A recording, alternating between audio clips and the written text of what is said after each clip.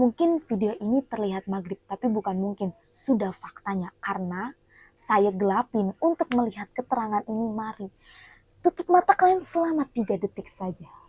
Dan ini hasilnya, Masya Allah, Tabarakallah, terlihat sangat cantik, bukan?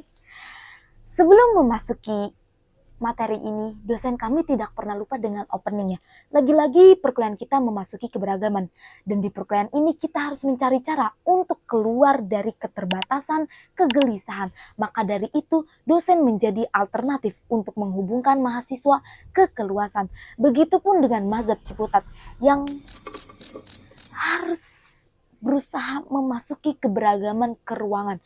Karena tanpa keberagaman itu, kita tidak bisa tumbuh. Dan di sini saya Hasna Hajrul Musini akan menjelaskan SIMC yang selama ini saya pahami di pembelajaran ini. SIMC, apa sih itu SIMC? Karena orang ini nggak tahu SIMC, maka kita kasih tahu dulu kawan-kawan. SIMC itu singkatan dari Sejarah Intelektual Mazhab Ciputat.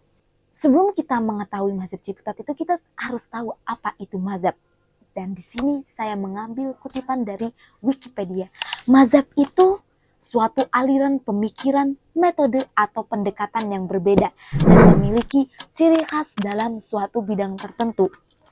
Dan di sini yang saya pahami, mazhab itu sebuah cara berpikir, cara melihat dunia, cara melihat diri kita, cara melihat sistem yang bekerja ini, sistem sosial, politik, ekonomi, budaya, itu harus dibaca.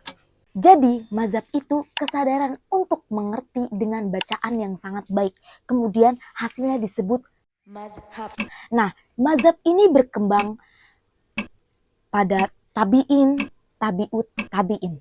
Tabi'in generasi kedua. Pada generasi tabi'in ini mengalami kesadaran membaca dan menjadi melahirkan mazhab-mazhab yang disebut Syafi'i, Maliki, Hanafi, dan Hambali. Dan basis kesadaran ini adalah orang, personal. Dan ini ada kesadaran-kesadaran yang sangat personal. Tapi kemudian tumbuh menjadi komunal. Kenapa komunalitas itu muncul? Karena personalitas tersebut tidak bisa mewadahi keluasan. Dan itu menjadi terbatas.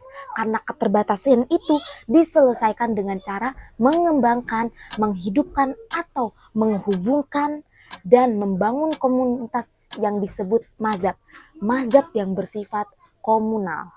Mazhab Ciputat itu komunal, basisnya dari orang. Tapi yang kita hidupkan bukan orangnya, melainkan kesadaran komunitasnya. Kesadaran komunitas ini terbangun karena keterhubungan ketuhanan dan kemanusiaan. Kemudian Ciputat ini lahir dari kelompok intelektual Ciputat, yang dimana mereka menunjukkan bahwa setiap wilayah memiliki perbedaan sendiri.